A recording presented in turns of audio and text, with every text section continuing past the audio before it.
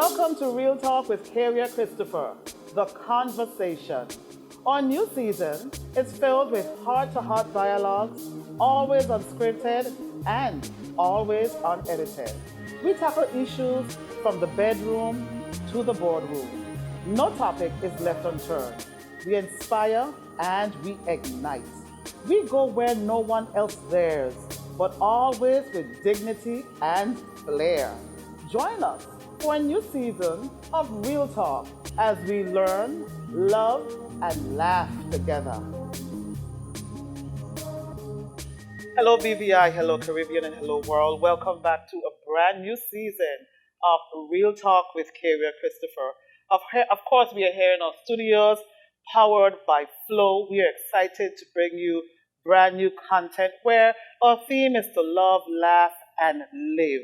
And I wanted to be able to have some positive content this year where we really kind of neutralize the negativity that's happening in this world. I think we all can agree that it's been a tough year and a half to 2 years with a global pandemic. And we can use some inspiring stories and some really good news. So we're going to try to have a conversation, and they're already giving me a tough time pre-show with two amazing ladies on my immediate right, no stranger to the BVI, Mrs. Lorna Smith. She has a million different titles. I'm not going to even attempt to talk about what they are, but good morning, Lorna Smith. How are you? Thank you. Thanks for having me on your show. My pleasure. Lorna is no stranger here to Real Talk. I think you're one of my most popular guests. But brand new to the studios here is Miss Shamini Chase. Beautiful Miss Shamini. She is an attorney and all sorts of other things too. And good morning, Shamini. How are you? Good morning. Thank you for having me. Absolutely. Wonderful. It's my pleasure to have you two gracious, wonderful, beautiful ladies here on the stage. Now, today, we will be talking about a lot of things, but most of all, we wanted to be able to have that space where females of any generation, of any type, can look at you and say, wow, what did it take to get where they're at? And really, it's supposed to be an inspiring story. Now, I had one person on just a minute ago, and she talked about women being women's biggest enemies, and that really pulled down effect, and she was not having it. Now, I'm going to start with you, Lorna. You have been in the spotlight for as long as I have known you, decades and decades, and you pretty much managed to master the spotlight. What is it that females are doing incorrectly, if they are, where we are not able to lift each other up and support each other in the space that they're most comfortable in? Well, you make me feel really old. Oh! With the decades and decades, right? You make me feel like 100. Oh, absolutely Although not. I am getting close to it. But what are females doing that's not right? I think that increasingly we are supporting each other. Okay, good. There was a time when there was so much competition when you had to, it was like crab in a barrel mentality. But I think we've gotten past that, where men are accepting us for who we are. I think we've proven that in many respects we are. I hate to use the word better, but more competent You could say better. than men in the sense that we are able to manage home and still be at the top of the game. Look at you. You have two beautiful daughters, a husband. Who runs the house? Lord. Who runs the household? Boy, we started off hatching. And you're still at your office before 8:30, running the trade department. I'm talking now about the government side of it. And look, you're here today, Saturday, doing this. So we've sort of, if you want to put it, we've broken the glass ceiling. Broken. So wow. we've in many respects, I think we have. And so there is no need for that strong, if you say it, competition. Having said that, I have to say that I always felt, Karia, and I've said this to you many times, I'm not into the women's thing. You certainly have said I have that. said it to you many times. The best person for whatever it is, the best person for the job. We're going to come back on that. And of course, Miss Lorna Smith never disappoints. She comes on strong and hard and tough, and we are here for it. Now, Shamini, I know that you are at the top of your game as well. Talk to me about that process. You're pretty young in terms of you have a young daughter, 10 years old. I just met beautiful Zuri. How has that process been for you in managing, family and work? Would you recommend that? Because as I said before in the previous show, women are now opting to postpone familyhood, freeze the eggs and all of that kind of stuff. And I don't have an opinion on that in this space. But what does that mean for you? Thank you, first of all. And I'm very humbled for you to say that I'm at the top of my game. I'm not there yet, but definitely a work in progress, especially when you have such good examples like Lorna in the BVI and yourself. Coming from St. Lucia, I must say, in comparison, the BVI is much more developed in relation to having women at the forefront. Okay. So that has been really helpful, being in this environment. For me, I actually had my daughter, she's 10 years ago, when I was still early in my career. I just moved to the BVI. I specialized in regulatory law. But I made a decision to actually have my daughter at an earlier stage because as much as I was always career focused, I wanted as best as possible to manage it. I didn't want a situation where you wait too long and you finalize your career or you're making strides with your career and you're not able, you have difficulties having a family, etc. For me, I did have that personal situation in my family where I witnessed that. So I didn't want to go that route. A lot of my friends on the same heels of that, a lot of my friends who are much older than I am and who are career focused, they've also started family life much later on. It has its own challenges, but I think for women, what we do, we figure it out. I think this is why we're also the better species. Hope Jerry's not watching this. Because we're solutions focused. Okay. So whether you have, it's very important, whether you have your children or family early, whatever your circumstances are, or later on, if it is you still want to have a solid career, then you put in the work, you put in the sacrifice, you find the solution, and you go after it. And I think that is really what's most important. Why these two ladies intimidating at my own show with these power answers? Love it, love it, love it. Now, when I introduce you ladies, I kind of wanted to introduce you in the top of your game, which I'm going to maintain still because I've admired you both. And I have to say, Shamini, you were very much endorsed by Lorna, but I've seen you around and doing your own thing. Now, you both have one common goal, at least as far as the eyes can see. You're in the industry that most develops the BVI, at least currently, the financial services industry. I know that we're getting a lot of flack there. We'll touch on it a little bit. But the question I want to ask that has been, can I say, bothering me the most? I think I discussed it with you a little bit offline, Shamini. It is an industry where it has been proven to be very lucrative. It has been proven that we here in the BVI depend on the success of the financial industry to ensure that we enjoy this lifestyle that we all have in the BVI. However, in my opinion, and based on persons that I've spoken to, it seems to limit Virgin Islanders in the goal of attaining the highest status. I'm going to start with you, Miss Lorna. Why is that so? Why is it that we, as a BVI lander group, seems to not be able to penetrate? And I know you spoke about the glass ceiling, but that particular ceiling seems to be very difficult for us to crack. Okay, the glass ceiling I spoke about was in relation to women. You're right. I start by saying that we had a study done about 5 years ago about persons in the industry, numbers, and so on. And that study showed that 2/3 of the financial services industry was occupied by BVI landers, nationals, 2/3. But the question you ask is relevant. When you look at the top that you're talking about, the situation is different. Although there are a number of BVI landers that are at the top of their games. We've had BVI lawyers. You think of persons like before he became a judge of the High Court, we don't want to call names, I know but you I mean. will. Yes. I will. You know who I mean. Yeah. He's now passed on, That's a Gerard wonderful Ferrara. thing, yes. He's passed his company or sold his company to a very successful company called Collis Krill, and it's being run by a wonderful woman who is very keen on getting BVI lenders as much involved as they could be.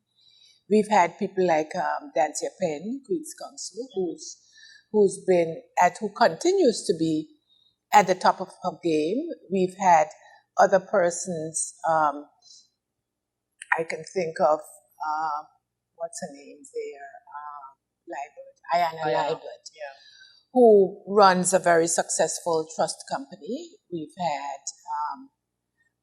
a number of persons. So there is not enough. We recognize that there is a problem, and we realize that there are things that we have to do. We have a successful financial services institute that we need to, if necessary or if possible, to strengthen it further to make sure that BVI lenders do graduate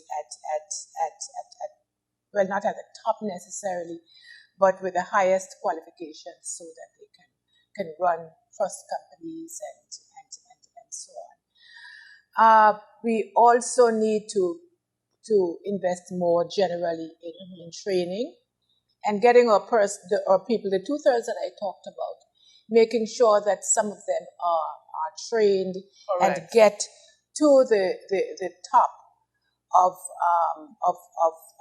their game, as you put it. It's a work in progress, and it is something that as a country we must commit to. The government, I certainly can't speak for them, but I believe the government is committed to making sure that happens.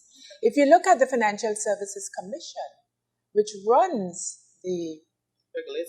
regulates the industry, it's really run by BVI lenders. I see that, and I give you all a pass for that. We get a very small pass. Yes, but in terms of the industry itself, the millions and billions and so on that comprises the industry, I accept that there is more to be done. But as I said, it's a work in progress and something that is being addressed. And I appreciate that answer. Ms. Lorna said it's work to be done, and I'm going to be very careful with how I word this, because I know we always feel like BVI lenders have this sense of entitlement, which is another story on its own. But Shamini, I'm going to jump to you, because we did have a very brief discussion on this, and I think we all agree that the financial services industry here in the BVI can afford to do more. I'm not a policymaker, but one of the things that we had discussed was having them have conditions to their license in terms of ensuring that they educate young BVI lenders so that they can be able to say, well, I have given back to the community by having XYZ educated and exposed and serving a stint in Hong Kong or Singapore or whatever. Is that done enough, in your opinion? Well, for starters, to agree with what Lorna said, yes, we do need a lot of training. And the training, in my view, financial services, of course, is not limited to the BVI. I really think training has to be international. Financial services is cross-border. We have to benefit not only from the academic side, but the relationships, the social development, the different cultural variants. And we've seen, what I've seen in the BVI, I would say in the last 10 years, we've seen a development, albeit small, where certain firms have facilitated stints to, it seems to be primarily local professionals in their overseas offices, which for me, and that's what we discussed previously, is so important. It's not, the training cannot be limited to within the four walls of the institution in the BVI. We want we want BVI landers to be able to shine on the international stage, to be able to speak at any engagement, and to be able to bring in clients and, just liaise with them. I gave an example where a few years ago, I saw an advertisement for a lawyer, an attorney, and the requirement was to be able to speak Russian. This was in the BVI. Yeah. And having that was in the BVI? Yes.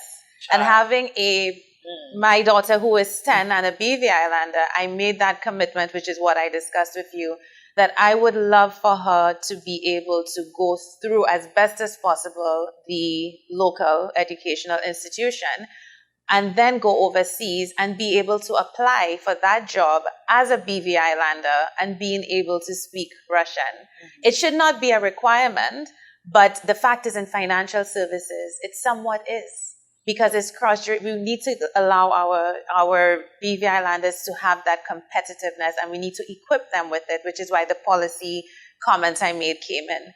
So I see Lorna has something on her lips to say. And I hope you're going to say what I want you to say, but go ahead. No, let me say it. I don't think that it's unrealistic for there to be a requirement to speak Russian. Mm-hmm. I think it should not be just Russian. I think Mandarin. Yes. I don't know why, I suppose it's a very difficult language, why more of us are not getting into that field. And I'm certainly delighted that you are trying to get your daughter interested in it.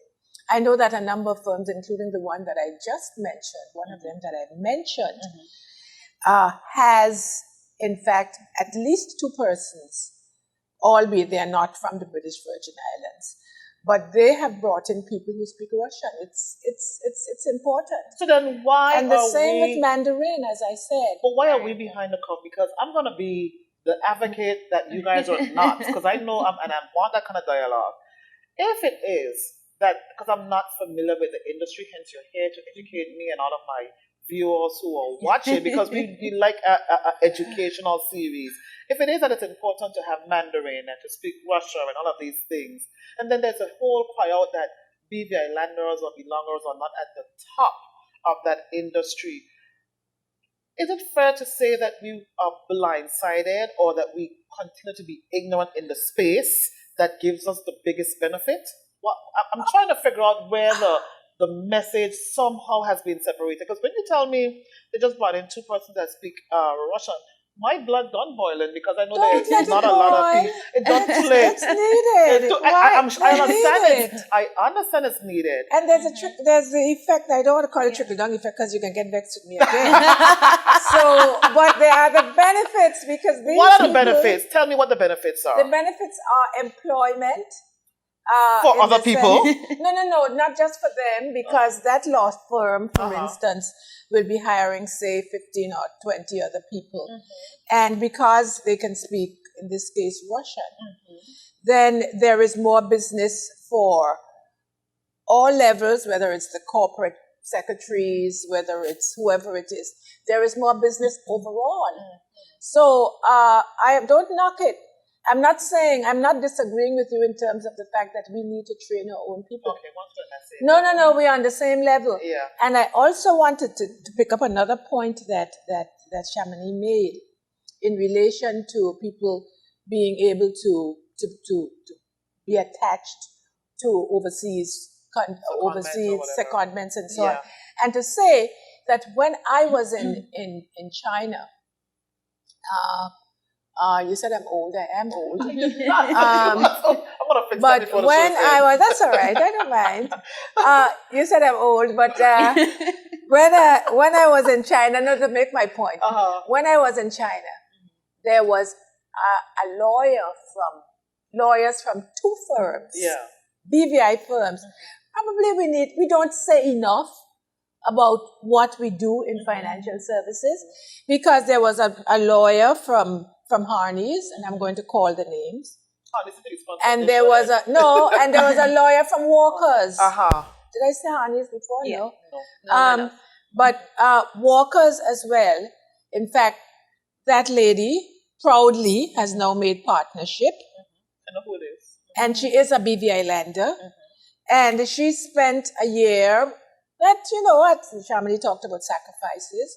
I'm sure it was at considerable sacrifice. The other one, probably even more sacrifices, because she had young children. Yeah. And so it's being done it needs to be encouraged more. Yeah. We need to do more of it. Yeah. And shows like yours will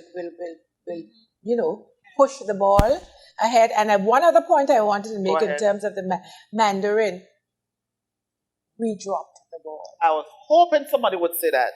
To be honest, we dropped the ball.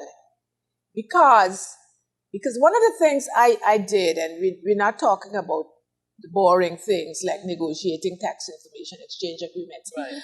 But one of the things when we were negotiating those agreements was that we would get in return a number of scholarships for our people. I remember hearing You remember? Yes. To learn Mandarin. What has happened? That's why I'm saying we dropped the ball. That's all I could say at this point.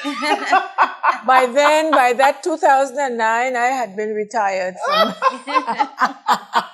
So it's important so we need to pick it back up, though. And so that's the point. Thank you for saying that, because while we're addressing the issues of what we don't have, and I guess for me, kind of being just a little bit salty, because I want to see, as a BVI lander, I want to see more people that look like me at the top of the financial services industry, and I say it without apologies. And we should be able to get there, but if we're not given the tools, for instance, there was someone on my show last season, and he said something like he is opting to educate his son overseas, and a lot of people with the means are doing that. I personally have just a little bit of an issue with that, because I feel that we here, and it's not a jab at the government, so I don't want to make it as a government, but we have to do better to give people like your daughter from 10 years, 9 years, the tools to succeed in a space that really we depend on. So we are not allowing our folks to succeed because we haven't given them the tools. And so the cycle goes on, and my pressure goes up and up, because I am tired of the narrative. I'm not in the industry. I don't understand it as much as perhaps any of you do, but I know what I see. And what I see is not reflective. If we have 2/3 of the people that are local in the industry, why is it 2/3 of the people on the top? Yeah. That's my point. But I understand. It's a very good point. And the point about educating our young people so that there's no need for people to go abroad. Right. We need to have a world-class education system. Yeah. From secondary school, from primary school, secondary school, and so on. Because it has all kinds of advantages. Yeah. It allows us as BVI landers to be ready to be competitive globally. That's how we ought to be. And it also, you mightn't like to hear me say this, but it attracts people, because no, that's okay. I'm okay with that. It attracts people like, we need more accountants. We need more people in the insolvency field and so on.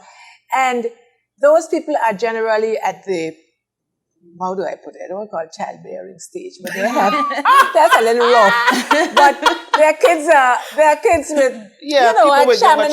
Shamini's age. It requires a lot of sacrifices. Yes, and their kids we're not going to be attracting the best. Oh. You see what I'm saying? Not quite. We're not going to attract, we're not going to attract the best if they can't bring their children, is all I'm saying. Yeah. So that's why I'm saying our schools need to be world class. I understand now. And so in that same space, because this is a topic on the financial service industry, we can get light in a little bit, but we can't get light quite yet.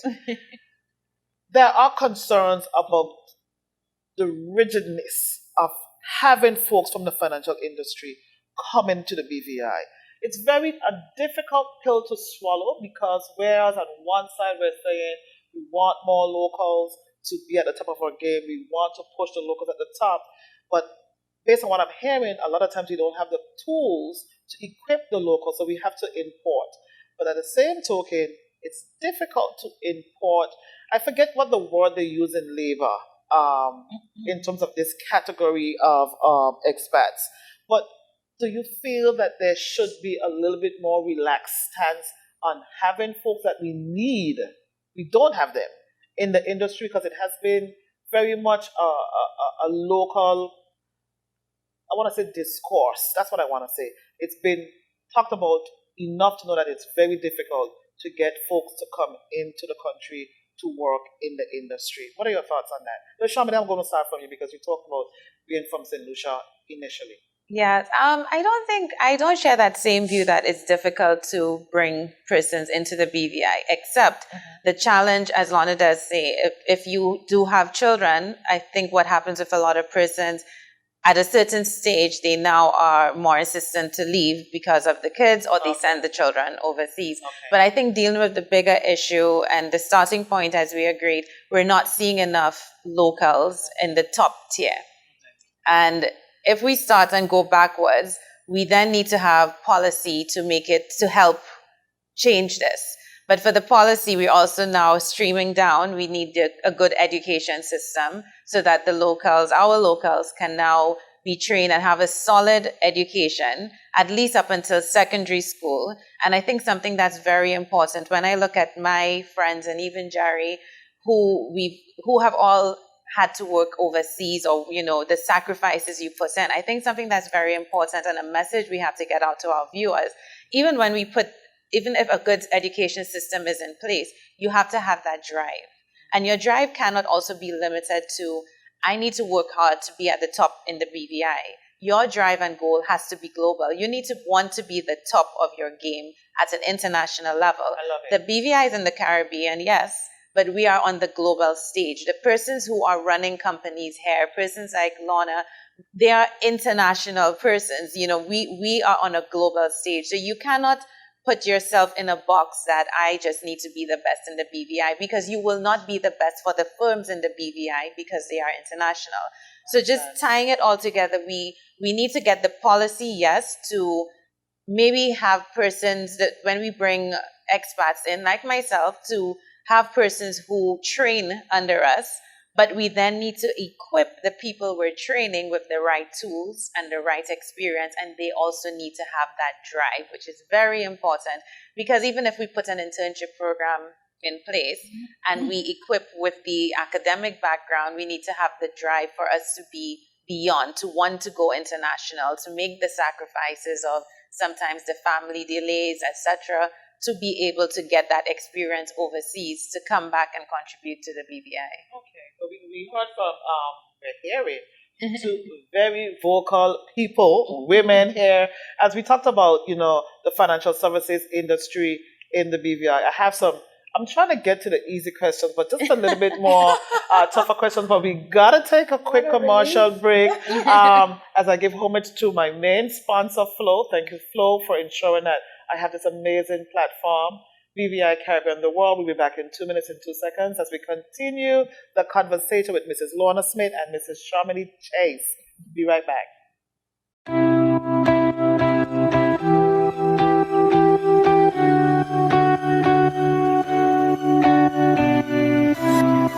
How can you connect with people authentically from the heart?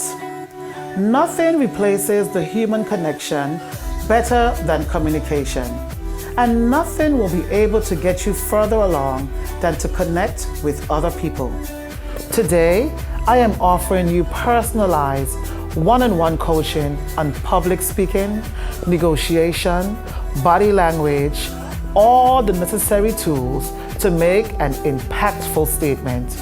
It's about shoulders back, head straight, mastering the power pose, and giving your audience of 1, 100, or even 1,000 the biggest impact that you can dream of. I take you on a personalized journey in a private setting, holding your mic, standing at the lectern, and being authentically you, true to yourself, being a better communicator.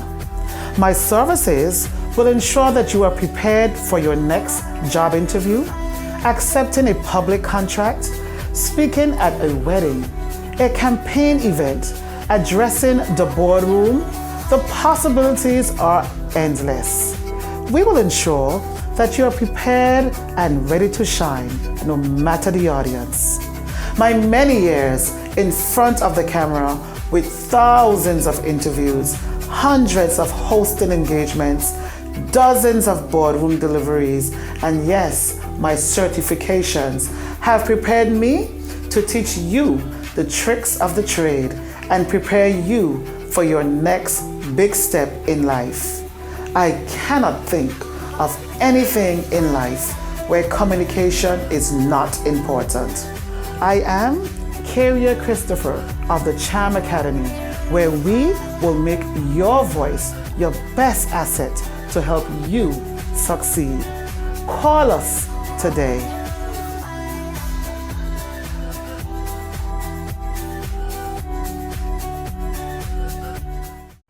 When your dog rolls over, does it give you double data? Nope, but Flow prepaid mobile plans do. Simply stay topped up and you'll get double data when your Flow 7-day prepaid plan renews. That's up to 6 gigs for you to enjoy. Top up today. Now that's a good plan. Dial *129# to activate and stay topped up. Conditions apply. Welcome back to Real Talk with Karia Christopher as we discuss the financial services industry in the British Virgin Islands and really globally. But let's stick a little bit more locally. Now, we've said it before, I've said it, I believe, in the middle of the conversation and the beginning of the conversation, that we depend very, very highly on the success of the industry.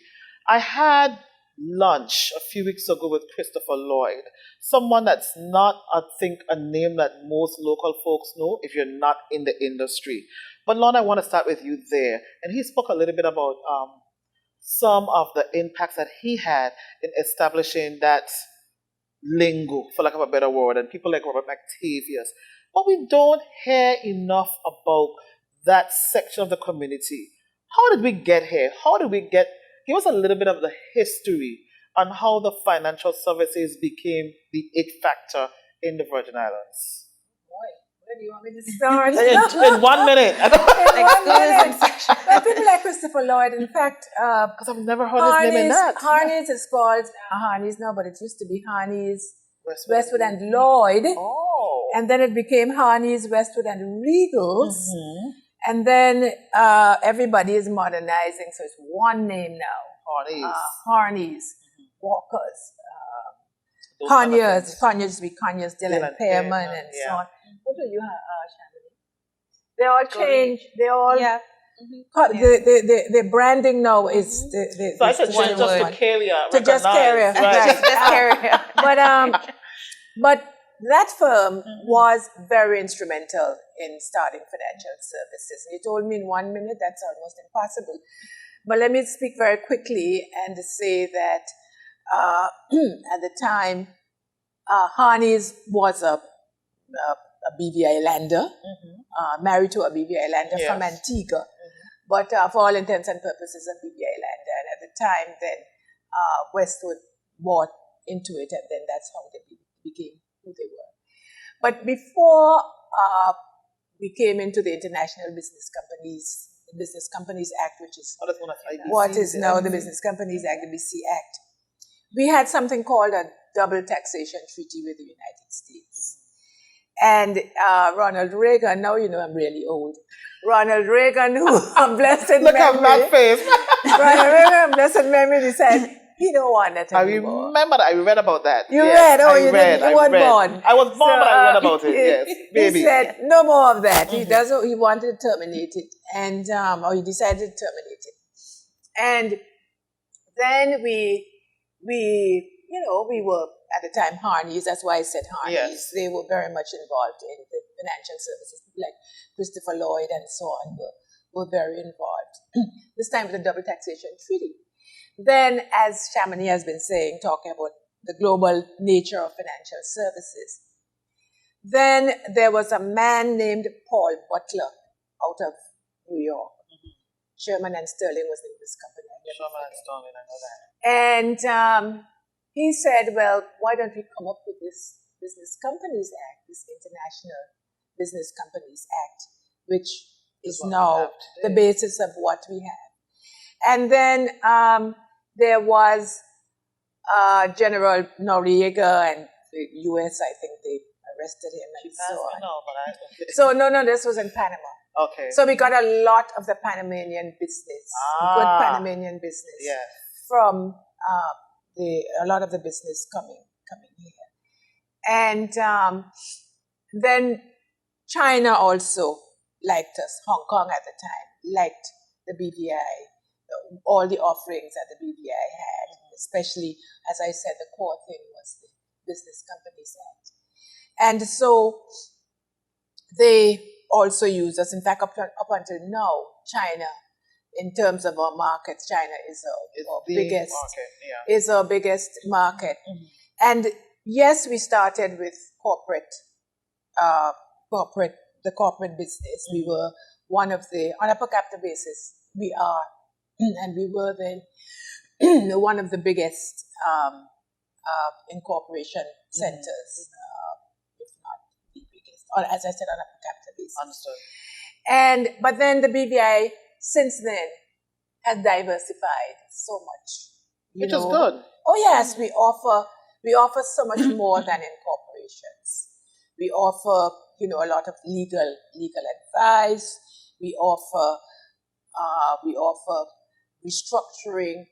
We offer, joint venturing. We offer companies for use in so many areas, including real estate and so on. Right. And so the BVI has grown from strength to strength to the point where, and I have to get it unless you don't ask me, the BVI is such a well-respected, and Shamini is going to tell me about it. To tell you more about it. The BVI is one of the most highly respected jurisdictions globally. Okay. And it's because of our manpower, because of our regulations, and because of our policies, all positive. But before I get to Ms. Shamini, I know they're going to cringe when I talk about this, but the average BVI learner does not understand a whole lot about the financial services industry. Hence, I thought it was important to at least start the language from a layman's term level. So I am literally inhaling everything that you say, because like Shane and Matt, I don't know nobody in the financial industry that's broke. So we're going to have to get to that level because it's clearly it's very much a lucrative space, and we have to be able to start to normalize that investment type language from its young up, where we are afraid to take risks, we're afraid to invest. And Lorna, I know you and I had a discussion already about investment really briefly, and that's something that I really want to do, but I don't want to do it blindly. But with every great thing comes some risk. I know that you're not loving this area where I'm going to get at, but I just want brief, like a one-word answer. We in the BVI know about blacklisting. We know that that's not a good thing. We heard about the Panama Papers. We now hear about the Pandora Papers. And in preparation for the both of you, the only thing I could see is that there was nothing done wrong. So the question I'll ask is this. If there is nothing done wrong so far, and I've seen us on ABC, CNN, NBC, and nobody has alleged that anything in the BVI did wrong, but there's still a stigma. So can the BVI, as a jurisdiction, do better with marketing? And it's not a jam on anything. What are we doing wrong that people are still so sensitive and nervous about what it is we do and how we get the money? How is it that people still feel that we are money laundering type of country? Why? You want me to start? Yes, you She start. is the compliance person. I know. I'm going to ask them both of you to answer the same question. I probably our marketing is not good enough, but I don't think that people see us. No. The people who really understand the business and who they don't see us as money launderers. So the people who are understanding it, the people who understand it does not. The BVI has, in fact, the BVI is right there with London, right? New York, and wherever else in terms of our compliance. Mm-hmm. We have been considered to be compliant, more than considered, deemed is the word that they use, compliant by the Financial Action Task Force, which is responsible for all the anti-money laundering administration and so on.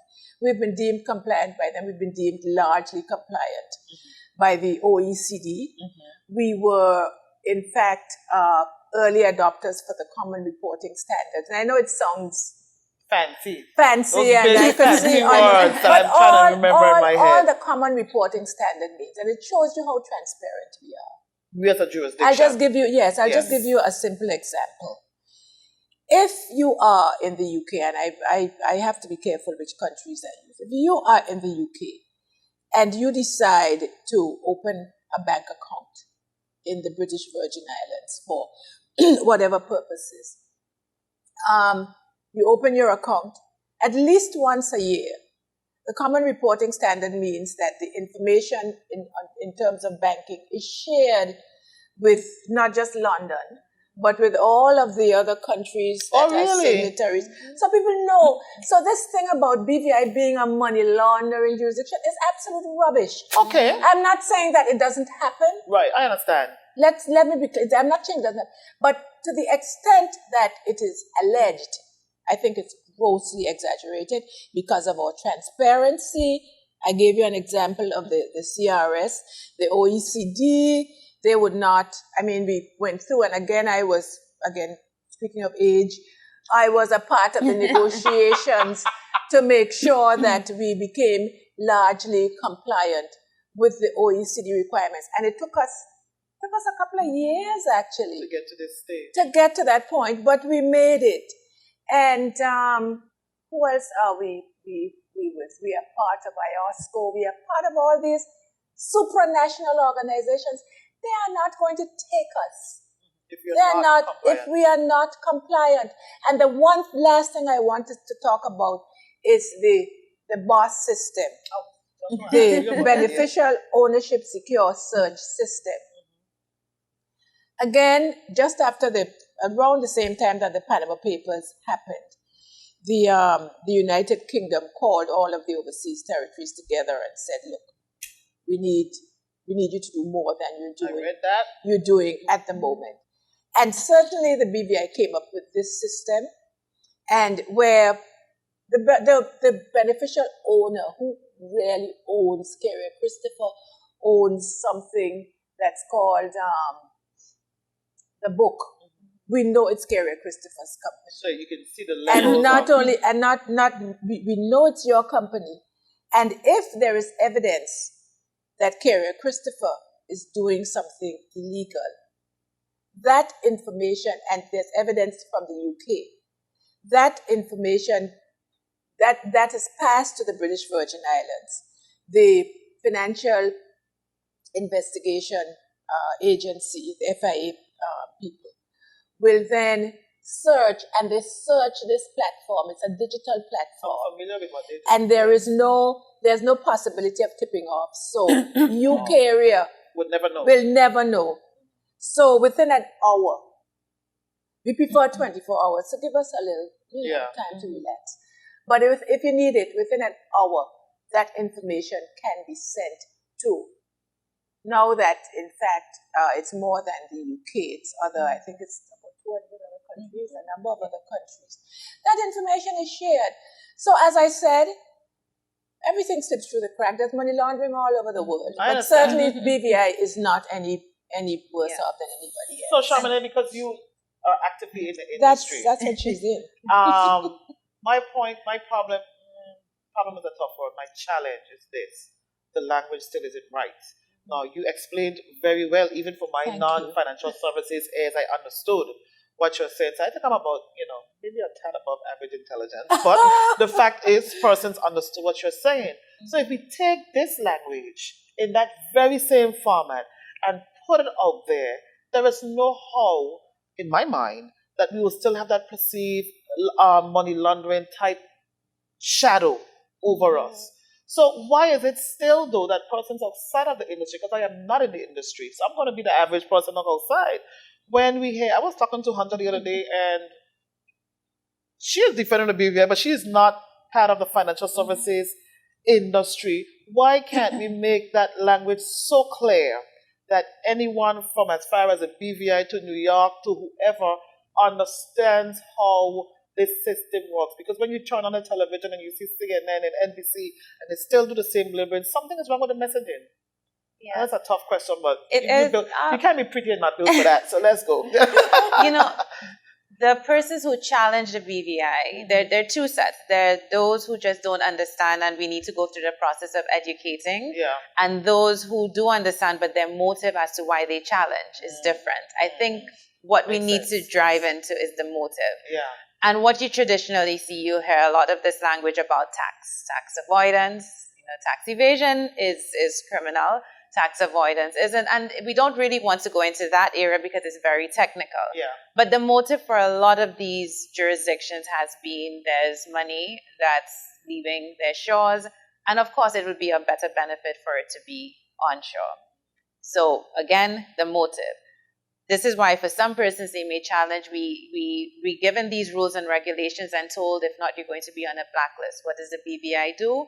We find our best way to comply with, of course, not killing the industry, but maintaining compliance with the international standards. What's the intention of the regulations? To avoid us being subject or being victimized by criminals for illegal activities, so we comply. And this is why we have the boss register system. This is why we have a suite of legislation. This year alone, in the last 6 months, we passed the Counterterrorism Act, we passed Proliferations Financing Act. In the BVI, you may think terrorism, proliferations financing, how is this relevant? Again, financial services is global. Understood. BVI companies can be, any company in any jurisdiction can be used for anything. Understood. And this is why what the BVI has a very, very strong, robust regulatory and AML framework to ensure as best as possible when we're incorporating the company, we know what it's doing, and even during its lifespan.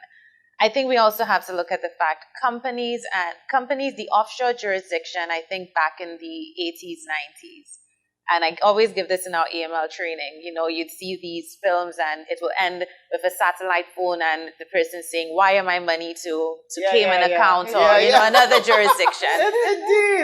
Indeed. That was the 80s and 90s. And, my view on this most recent paper, in short, without getting into detail, we're hearing shell companies. This is not the BVI. Shell companies, our legislative framework does not allow, shell companies. I'm not saying something may not slip, but it's very, very unlikely because of the economic substance requirements where the registered agent now needs to know every year. The company has to be classified to know what it's doing. So when I hear, Pandora Papers and shell companies, I'm not saying there are other, I can't comment on other things. But this is not our industry. This is the 80s, 90s. I was describing it to a friend. It's like watching a black and white film. Like we're being fed with things and even the terminology from way back. And the BVI right now, we're developing a robust framework to deal with fintech and virtual assets. And we don't deal with shell companies. Makes a lot of sense. Sure. That was the toughest question I could ask them, and they didn't want to go there, but I think they handled it brilliantly. But something I think, if another point, aside from the countries, the education is also important because in other jurisdictions, dealing with just regular persons who may ask, what do you do? And you mentioned BVI financial services. Oh, okay, so if I want to launder money, or again, you may be surprised, persons who are in financial services in other jurisdictions have that perception. But again, it comes back to training and education. Our legislation, our framework, and the fines that we put, and the work of the FSC and monitoring the FIA and now the ITA. It's, I feel comfortable saying at this stage, BVI institutions are really doing the best that they can. We can't prevent everything. I understand. But we do have the legislative framework to, as best as possible, force us to try to do so. So the thing for me, and I'm going to keep off of this because I think you ladies held it brilliantly, is that we need to have more information out there. That is clearly, in my mind, what has to happen. I think that is more important. Information out there. You see, we have, again, looking at numbers, roughly we have probably about 5,000 persons in the industry, directly and indirectly. And we have to recognize that it's not just about us, these 5,000 people. There's another 30,000 people out there that need to understand, of course, how the industry works, especially since we like to brag that 60 cents out of every dollar that the government spends industry. comes from the industry. People need to understand it at school. And, the person in unemployment in tourism or communications or wherever it is need to understand it. I agree with and we have a job to do. When I say we, yes, the industry has a job to make sure that the rank and file of the British Virgin Islands understand. Well, I hope that the government is seeing this. So I'm pretty sure they're looking at it because they look at all of them and pick some of the things that really are salient points to make sure that we change the narrative, educate the people. And that's really, maybe you guys are here for me being very selfish because I literally needed to understand more about the industry. So in my very limited knowledge of it, I can now say, no, that's not correct. This is actually what happens. And I shouldn't have to do that because that should be a language that is used every day here in the BVI if every 60 cents to $1 is what we depend on. So in that same, we have spent a lot of time, but we went a little bit over. We depended a lot in the 80s and the 90s on tourism. Terribly, to me, too much. That's my opinion. And we see that that's a fragile industry as well. Hurricanes, we are hurricane prone here in the BVI. We had a pandemic that ceased every single type of traveling. So it kind of crippled the industry. So the question I'm asking is for any of y'all to jump in.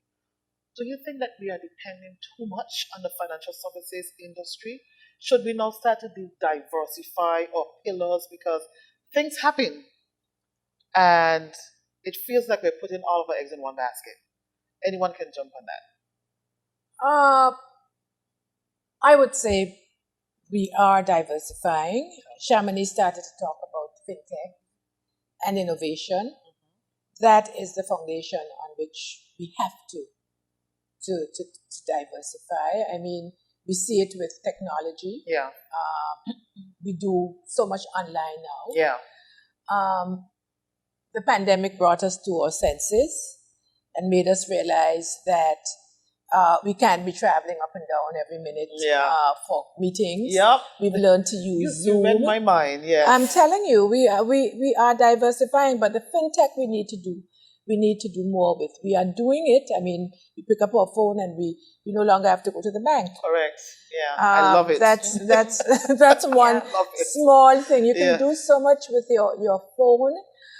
Yes, Flow is your big sponsor, but we need we need better telecommunications at a better price to do all the things because we don't have to edit that part out.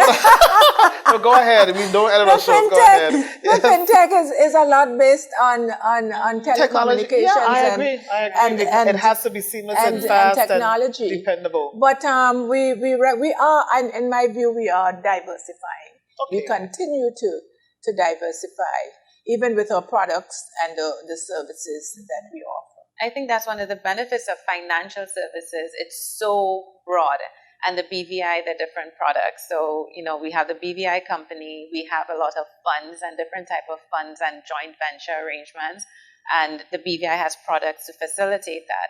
During the pandemic, what we observed, persons were doing refinancing, corporate restructuring, something that really opened my eyes. Being, we have offices in other jurisdictions, but looking at St. Lucia, which is primarily tourism, we really saw an economy crippled. Financial services, despite a pandemic, has to continue because we still have to trade. We're not trading, you give me a book and I give you a candle. It's just, what we're trading now, we're seeing more financial inclusion with fintech and virtual assets, but finance continues. Yeah. So tourism, we saw where it crippled, and that's one of the benefits, and we have to applaud the BVI and the government for the last 30, I can't even count from the 80s, 90s till now. Still investing in an industry that has sustained. When you look at our statistics this year, our company incorporations have increased. I did hear the premier say that. Correct. Yes. So we need financial services. We're seeing more, again, speaking about fintech, more financial technology products and, the FSC, everyone's getting involved. We have the regulatory sandbox to make it not easy, but still be able to allow persons to come in, test their products in a quasi-regulated environment, because regulation is important to ensure we safeguard ourselves from criminal activity, and also very important the reputation of the BVI. Understood. And that's something, everybody in the BVI, while we're doing financial services, the reason everyone has to be so committed to staying above board is the reputation. The BVI Financial Services, the name is BVI, the product is BVI, which is why the reputation of the BVI is so important. So we've definitely seen a lot of diversification with different types of financial products developing. I'm constantly studying. It's very exhausting, and I can't even just say studying. You see SPACs coming up and so many acronyms that I'm going on YouTube. My brain is actually muzzled now listening to all of this. Listen, as specialized as I am, it's still, there's so many new things coming out.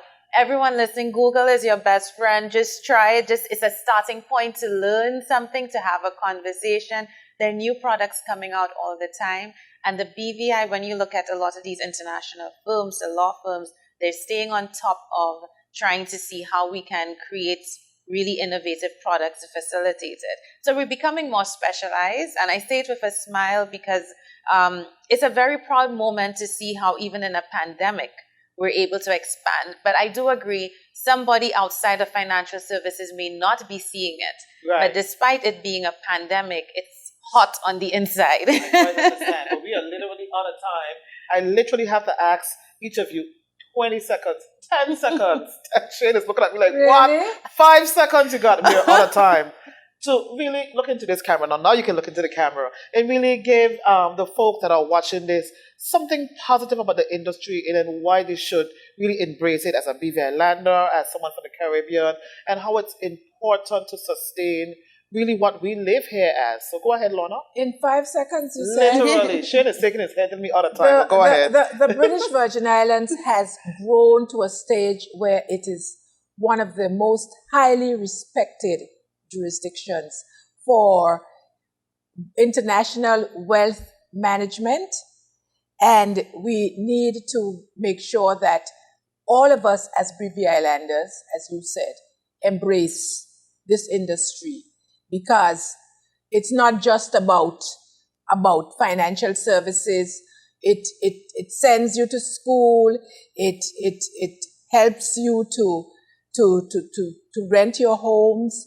It helps you to buy more in terms of supermarkets and so on. It helps with health care. It helps with everything. So please, as Shamini said, Google should be your best friend. So what you don't know, check Google, and you would at least be able to begin. Financial services is very much the future of the British Virgin Islands. There you go. I told her 5 seconds, she took 50. But Shamini, you literally have like 2 seconds now. So I'll take it off from where Lorna left. Financial services is the future of the BVI. It has been the future. It's a very well-regulated market. I can definitely agree as a participant. The government and everybody is really on top of everything to create a robust framework. Anyone who has doubts, Google, or you can reach out to any of us or even BVI Finance, who will be able to provide you with so much information about the current BVI regulatory framework. So there's nothing to be fearful about. And anybody who wants to get into the space can feel free to reach out as well. We definitely are all about seeing more BVI Islanders in the industry and helping to support that. Lovely. Now these two lovely ladies are not only brilliant, but had a wealth of information. I feel like I'm in the industry now. It really is a refreshing breath of, well, I am, but I feel like I'm in it now. It's refreshing to have these type of conversations because we really need to be able to empower ourselves with the knowledge. And I'm very much out of time. I wish now we had a second hour, but it's been a delight. And let me tell you, ladies and gentlemen, I'm not sure when I'll air this show, but this is Miss Lorna's birthday weekend. So happy birthday from us here at Real Talk. We thank you for spending some time on your birthday weekend with us. BVI, Caribbean, the world. It's always a pleasure to have you watch me and my guests and learn something new. I am always happy to promote my biggest and most supportive sponsor, Flow. This entire platform would not be possible without them. So I thank you, Flo. Thank you, Lorna. Thank you, Shamini. Thank you, BVI Caribbean. Have a wonderful and blessed rest of the week. We here at Real Talk wish you the best.